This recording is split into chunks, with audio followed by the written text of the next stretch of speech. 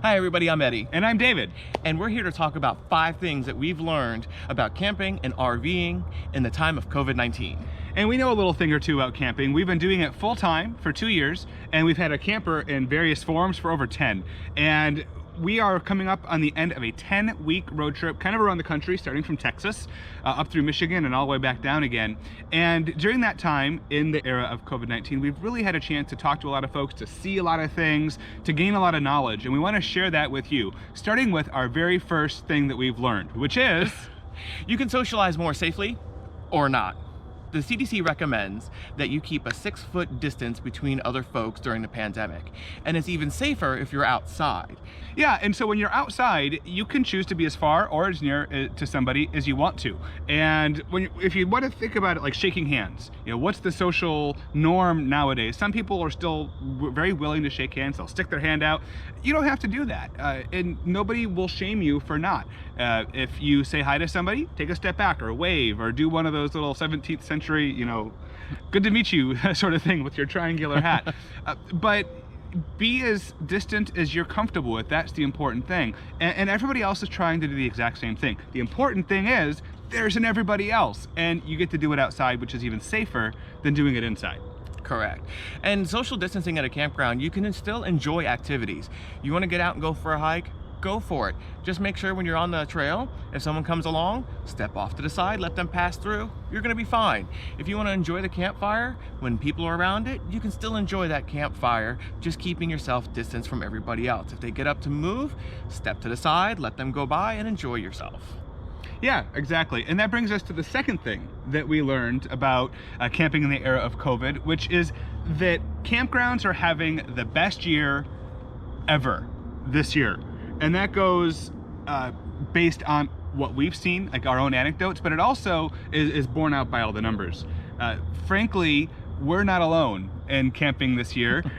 Most campgrounds are mostly full most of the time. But again, going back to that first thing, that doesn't mean that you can't socially distance. And the cool thing about camping in this era is that so many people are doing it that maybe would not have done it otherwise. And when things get back to normal someday, maybe some of those folks will never go camping again. They'll go back to whatever they did before, but a lot more folks are going to come back because they realize, you know what, camping doesn't have to be sleeping in a tent in the wilderness with mosquitoes eating at you all night. Right. They're discovering a whole new lifestyle. Some might call it glamping. And campgrounds are reaping the rewards. It's one of the few industries where they're doing better in the midst of a once-in-a-century pandemic than virtually everybody else. Perfect. Which leads us to the third thing we wanted to talk about. Now is a great time to sell an RV. Bad time to buy one. So yeah, go camping, but don't buy a camper.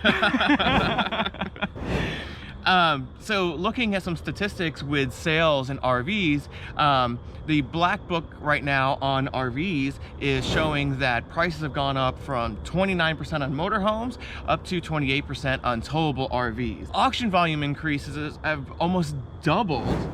108% for motorhomes and 98% for towables. So that means a lot of folks are trading in and upgrading at this time as well. They're selling, not buying. Yeah. And also on that, Fox Business reported that some of the dealers saw a 170% increase in sales year over year. Yeah, so if you're looking to buy an RV right now and you can afford it, great. But be prepared to spend more. If you're looking to unload an RV, boy, this is the time to do it, for sure. And that brings us to the fourth thing that we've learned while camping in the era of COVID, which is that getting your RV serviced is a nightmare during a pandemic. With all those sales... Yeah, so for example, we have a couple of small minor repairs that we need to have done on our RV, nothing urgent. Contacted our dealership. They have about 3 months of waiting before we can actually get in. So there's a few options that you can actually look into. One is work with your dealership. Maybe schedule an appointment to go into them and have them inspect the trailer so they can figure out what parts need to be ordered, and then take your RV back home, enjoy it, and then when all the parts have come in, take it back to the dealership, let them have it for a week so they can make all the repairs at once. Another option that you can use is something that we've used in the past, is a mobile RV tech. Yeah, you're gonna have to spend an extra service fee to come on out, It's on site. Usually repairs take 3-4 days, depending on how long it takes for that RV tech to order parts, and you're good to go. You can continue camping. And the service fee is worth a lot more in time and stress and hassle and gas than hooking up and taking it there. Exactly. One other thing I wanted to add about the mobile RV tech, if you're looking to get warranty repairs done, work with your dealership to make sure that that warranty item will be covered if you're using a mobile RV tech. Yeah, absolutely. And you know, if you're a DIY type of a person, this is a great time to learn how to do some of these things yourself. I mean, there's a bunch of clubs out there, a bunch of Facebook groups. There's a couple of pay services that you can use. RV Repair Club is one that we subscribe to. It's not very much per year, and they constantly come out with videos and blogs and chats and Ask an Expert in terms of how to fix the most common things that break. And in RVing, things will break. Yes. But there's more depending on how far into it you really want to get. Yeah, I mean, you can even look up the National RV Training Academy. They offer courses. Part of it is at home study and part of it is in class hands-on training where you can actually become a certified RV tech and or a certified RV inspector. Okay, I don't know what the difference is between those two, but that sounds fancy. So the fifth thing that we've learned while RVing in the age of COVID is that, and this is going to be a controversial one, but we believe this strongly, is that state and local regulations do make an enormous impact. Whether they're popular or not is a completely different debate that you're welcome to have. We've been in a lot of states, both red and blue, and so we've got a chance to see a huge sort of smorgasbord of places with regulations. Alabama, surprisingly, actually had a lot of regulations.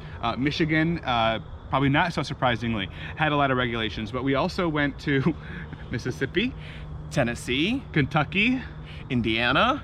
Ohio has a lot, and they're a red state right now. Yeah, Kentucky, Indiana, we're in Missouri right now. Right. And it's so night and day in terms of what you see, in terms of social distancing, in terms of face masks. You walk into a store in Michigan, it was near 100% compliance. Why? Not because they all have some magic, divine rod to the truth. It's because they have to. Right, exactly. And we've been to other states where the mandates are not regulated very well. And you go into a grocery store and you'll be one of 5 people in a store of 1,000 people wearing a mask. Yeah, and so the very first campground we went to in Alabama, they actually took our temperature. Now, granted, it was one of those little forehead thermometers, and it was the middle of August, and so it said that we had like 109-degree fever. So we had to go in the shade, and it worked. But they had that regulation in place. That wasn't the campground just doing that of their own goodwill. They had to. And you know what? That might prevent somebody from getting into a campground that is potentially contagious to others.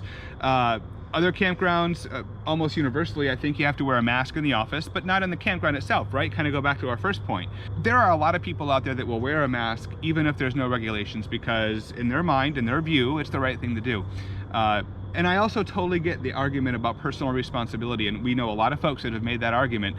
And there's truth to that, but only up to an extent, right? Like, if you think about it in terms of speeding, if the speed limit is 70, you'll get a few folks going 80 and 90, but most people are right around 70 plus or minus 5. If there was no speed limit, like on the Autobahn, that would go up to 100, even though it's demonstrable that 100 is a lot less safe than 70. And so personal responsibility is there, but when there's regulations in place, A, it makes it compulsory, but B, it kind of adds like this little bit of extra social pressure, right? It's a lot harder to be the odd man or woman without a mask when everybody around you does have one. And frankly, none of us are perfect, none of us, but we also tried our best to maintain social distancing. I hear what you're saying, those of you that say it should be just up to the person and the individual, but you know what, we're more than just a group of individuals, we're a community, and when there's regulations in place to kind of compel us to do that, it works because you see a lot more people taking more precautions.